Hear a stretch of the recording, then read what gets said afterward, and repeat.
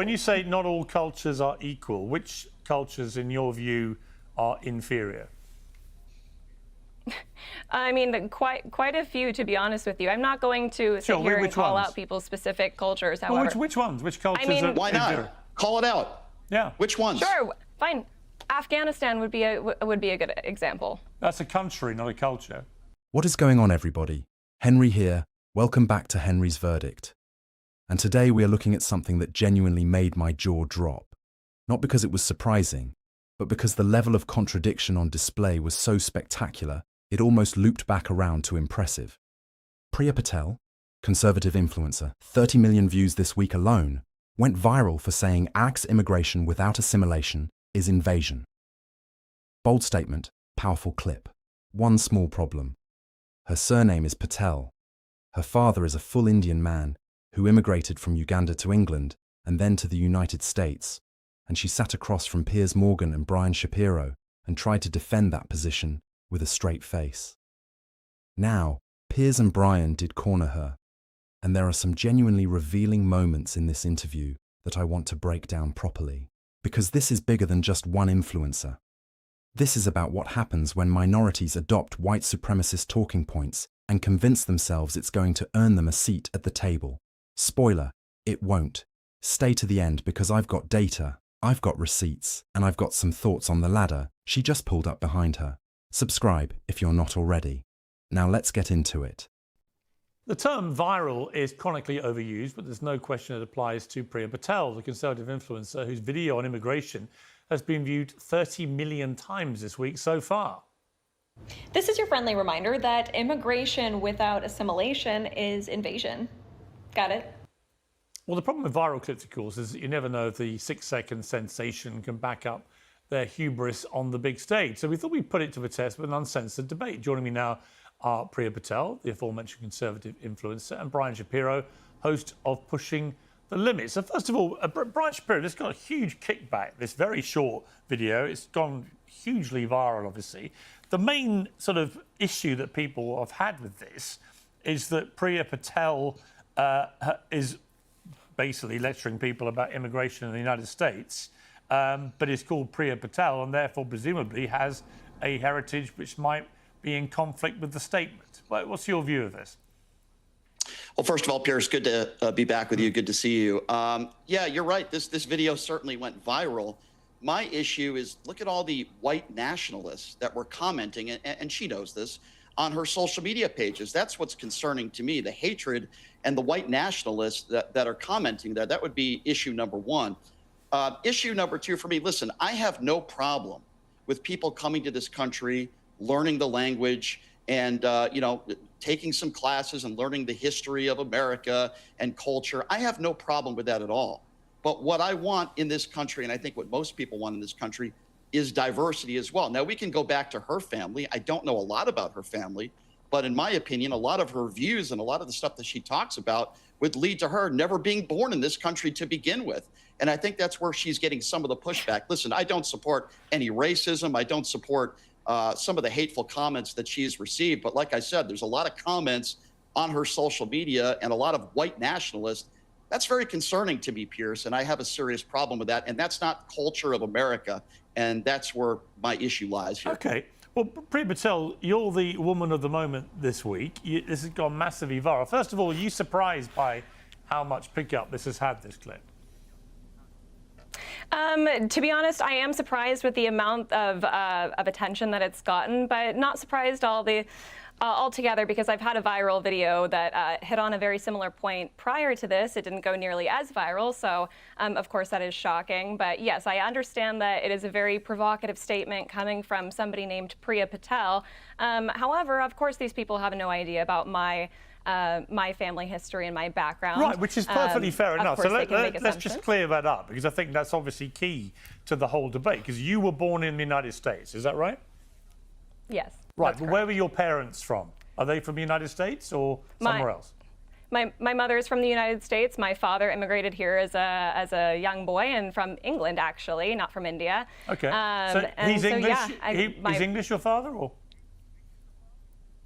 He was born in Uganda, immigrated to England when he was about 3 years old after the dictator Idi Amin chased out all of the Indians out of Uganda, and waited their turn to be able to come to the United States, and did so when he was in his teenage years. So you say all the Indians. So is your father part Indian, or what's his background? My father is full Indian. He's full Indian. So your father's Indian, your mother is American, or is she, what is she? What's her ethnicity? American, yes. And what's her ethnicity? On my mother's side, I have ancestry date. Mixed European. She's a half German, quarter English, and then the rest is mixed European. But aside from that, I mean, I have ancestry on my mother's side of her family dating back to the 1700s in the United States. So okay, so I'm only just trying to clarify, because as you know, there's been a lot of speculation. Not much is known about your family, but a lot of people will say, so your father was an Indian who Indian immigrant from Uganda into the UK. You know, how does that sit with you saying what you said? Because your friendly reminder that immigration without assimilation is invasion. I mean, did your father invade the UK?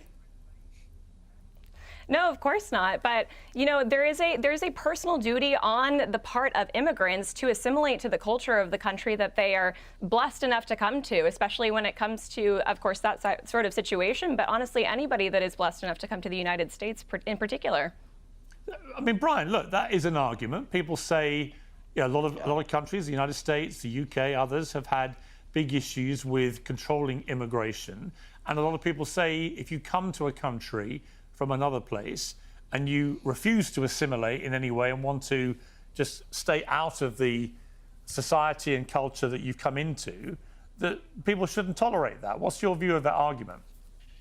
Completely disagree with that. And in my personal opinion, I think in a way it's a bigoted view. You can come to this country and you could learn about our culture. I have no problem with that.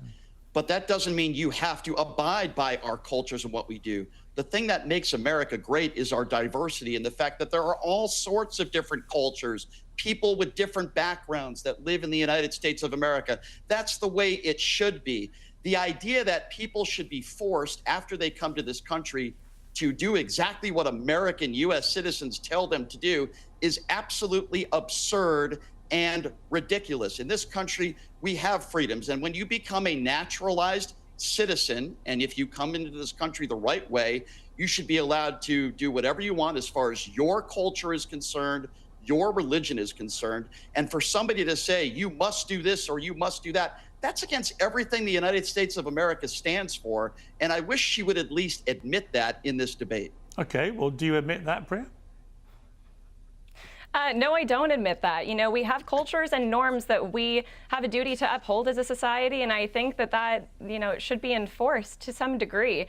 And whether it's on a societal or a governmental level, I guess that's up for us to eventually decide, but it has to be implemented some way or another. Well, everybody Otherwise, has to abide by the same... Well, culture... look, to be clear, everyone has to abide by the laws of the country that they're living in. Right, so that's just a given in somewhere like the United States or UK.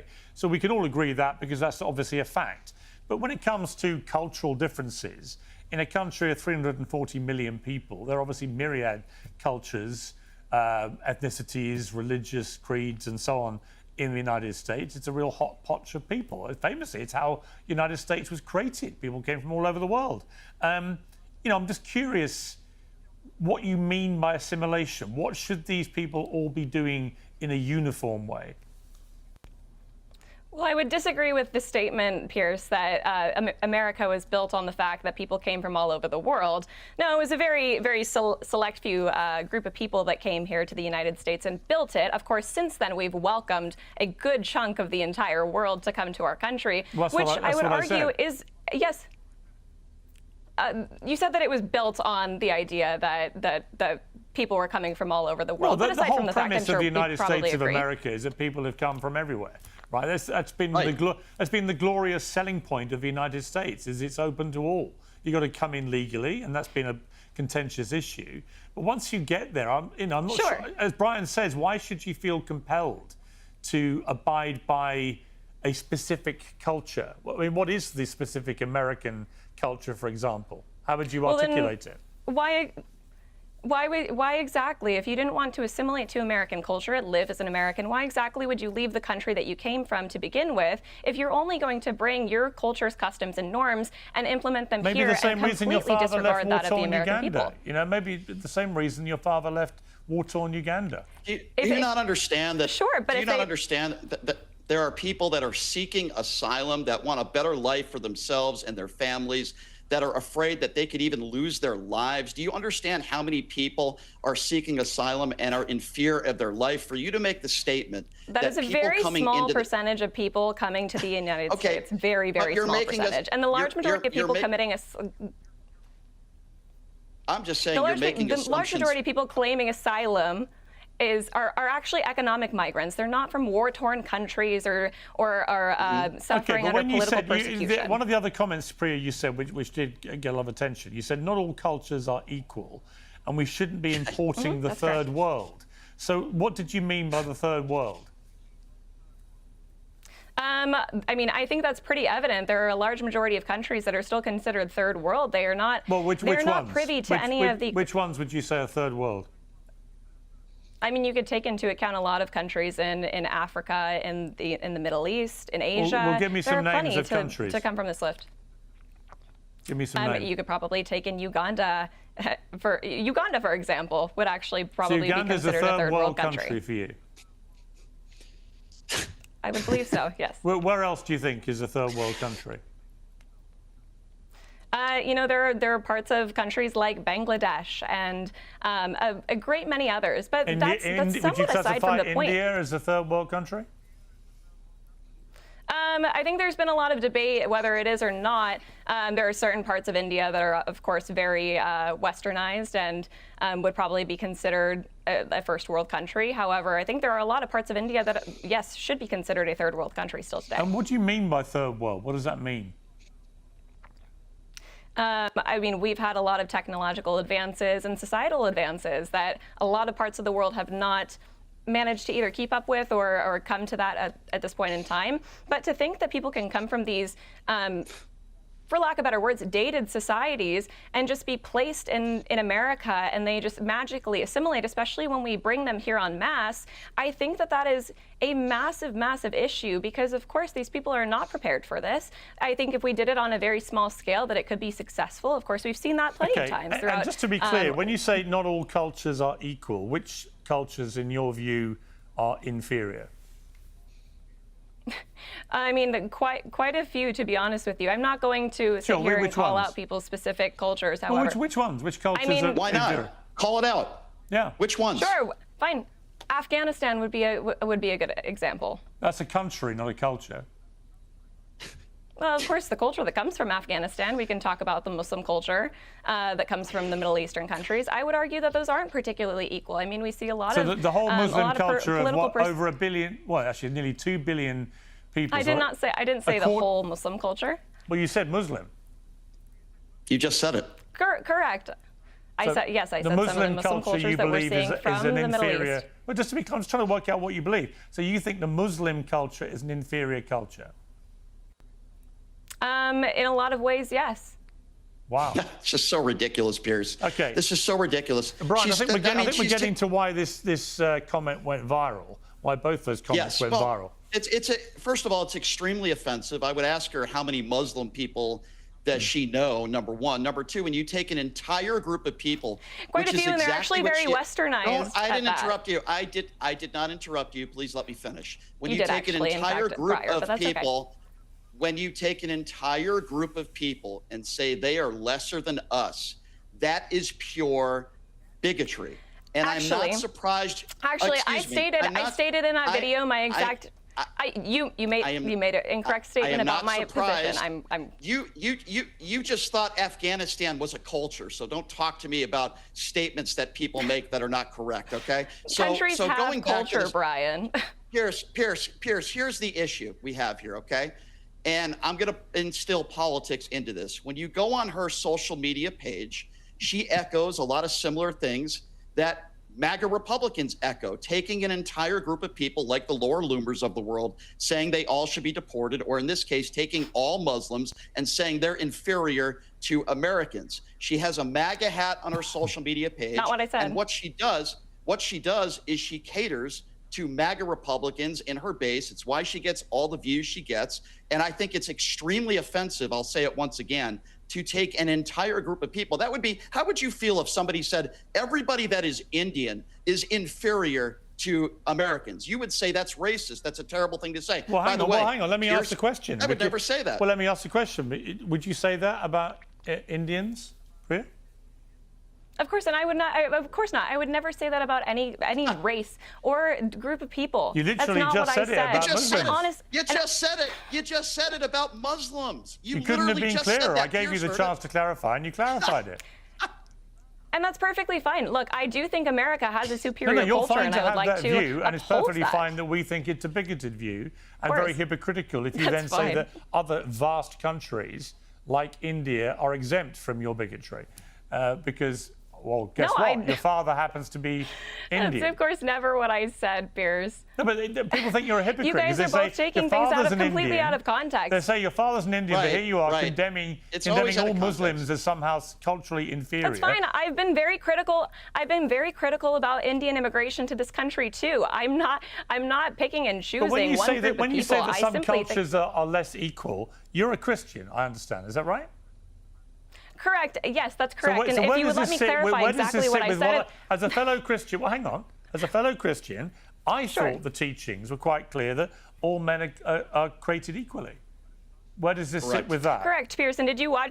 I don't know if either of you watched the entirety of that video where I was talking about culture. I specifically did state that all people are created equal under the eyes of God and the law, of course. However, we do have a society that we're supposed to uphold here in America, and like you, Pierce, in England, right? You don't want a lot of foreign invaders coming into your country and completely causing the collapse of your society and of your country. If people are blessed enough to come to America, so would you, or come to out of England, interest, to stop this invasion, as you put it, would you deport all foreigners from the United States? No, I would not deport all foreigners from the United States. I would certainly deport all of the illegal foreigners that are here in the United States. What about those that just didn't sign up to your worldview of what the culture should be? No, I don't necessarily think that they should all be deported from the United States, but I think we do need a very slow and if not a halt on immigration as a whole currently, so that we can, as a society and allow our government to continue to help these people assimilate to our culture, actually fix our immigration system so that it works with our country, so that we can keep it intact as it is, and honestly, maybe get back to what we were, originally founded on. I think we'll leave it there. Brian and Priya, thank you both very much. Thank you. Thank you. Let's start with the contradiction that was visible from space. All right, let's get into this properly. Because what we just watched was not simply a bad interview. What we watched was a walking, talking, self-refuting argument sitting in a television studio trying to explain itself in real time and failing comprehensively. Priya Patel. First name Priya, last name Patel. Two of the most recognizably Indian immigrant names you will find anywhere in the English-speaking world. And this individual sat down on international television to tell the world that immigration without assimilation is invasion. The contradiction is not subtle. It is not buried in the small print. It is the entire headline. It is the main event. It is so visible from so far away that both Piers Morgan, who is not exactly a beacon of progressive values, and Brian Shapiro clocked it within the first 60 seconds of the interview. And here is the part that I need you to really sit with. By her own logic, her own stated framework, her father should not have been allowed into England. A young Indian boy fleeing Idi Amin's Uganda, arriving in the United Kingdom, eventually making his way to the United States. Under the immigration politics that his daughter is now on Fox News and Piers Morgan Uncensored promoting. That journey does not happen. She does not exist. This is not a gotcha. This is not a trick question. This is just the logical conclusion of her own argument applied consistently. And she had no clean answer for it because there is no clean answer for it. The assimilation argument. Let's actually look at the data. Now I want to spend time on the substance here, because Henry's verdict does not just do vibes. We do receipts. Priya Patel's central argument is that immigrants are failing to assimilate, and that this represents a threat to American society and culture. That is the premise. That is what 30 million people clicked on. So let's test it against actual data, the kind that MAGA influencers tend to treat like garlic treats a vampire. Pew Research data on Indian Americans, her own community, her own heritage, shows a 90% rate of expressing pride in both their Indian and American identities simultaneously. 92% have high English proficiency. Median household income exceeds $126,000, significantly above the national average. These are not the numbers of a community failing to assimilate. These are the numbers of a community that did exactly what she is demanding, and then some. And she is out here using them as the poster child for the invasion she wants to stop. The irony is so thick you could cut it with a knife and serve it at a dinner party. And before anyone says that is only one community, yes, it is. But the pattern holds broadly. Immigrant communities across the board consistently demonstrate strong work participation, entrepreneurial activity, civic engagement, and yes, language acquisition over generations. The data does not support the panic. The panic is the product. The data is inconvenient. What Piers and Brian actually got right. Now I will give credit where it is due. Both Piers and Brian handled this better than I expected. And I do not say that lightly about Piers Morgan, a man who has spent considerable energy being professionally insufferable on television. Brian Shapiro's core point was sharp, and he did not back away from it. The white nationalists in her comments are not there by accident.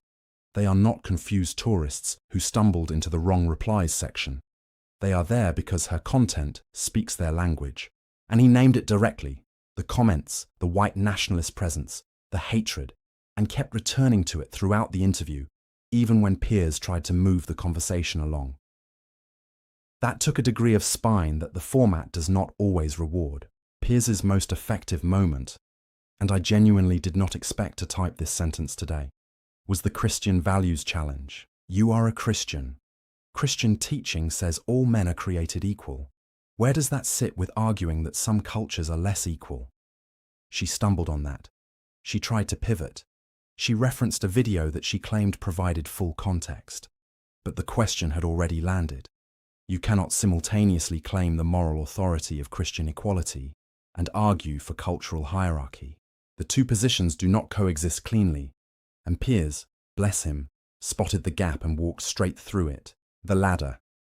She pulled up behind her. This is the part I want to linger on because it is the part that genuinely makes me angry.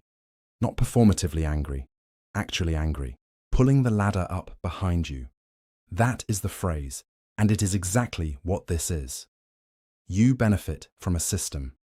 Immigration, refuge, movement across borders. The idea that a person's worth is not determined by where they were born. Your family uses that system. Your father uses that system.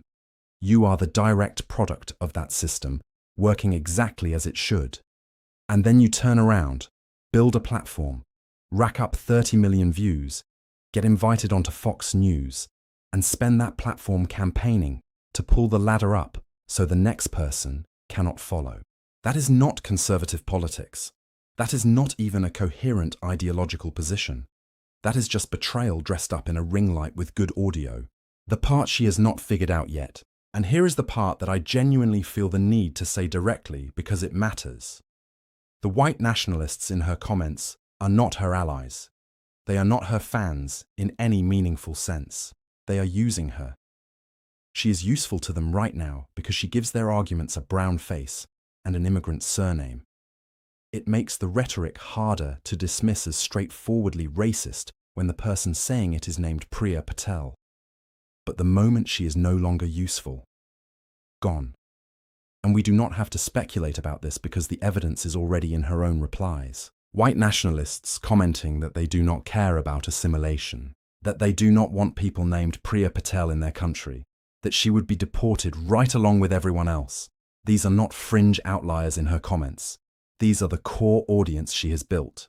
And they have told her to her face, in writing, publicly, on her own posts, that she is still an outsider to them. No amount of anti-immigration content changes that. No Fox News appearance changes that. No viral video with 30 million views changes that. I said the same thing about Patrick Bet-David, and I will keep saying it. They are never going to love you. They are never going to accept you, because their issue was never about assimilation. It was never about culture. It was never about language proficiency or civic participation or any of the things she is out here arguing about. It was always about race. It is always about race. And the data, the history, and frankly her own comment section proves it. The bigger picture. What this interview represents is something worth naming clearly. The mainstreaming of white nationalist talking points does not always arrive in a hood and a torch. Sometimes it arrives in a well-produced 6-second clip with 30 million views and a name that gives the whole thing plausible deniability. That is the more dangerous version. That is the version that gets the television invitations. That is the version that shapes policy conversations. And that is exactly why it needs to be called out precisely, factually, and without apology. Every single time it surfaces. The ladder is real. The people she is trying to impress built it. And they have made it very clear she is not allowed to climb it. Henry's verdict is in. If this gave you something the clip alone could not, that is what we are here for. Drop your thoughts in the comments below. I want to hear your take on this one. Hit the like button, subscribe, and share this video because this conversation matters. I will see you in the next one.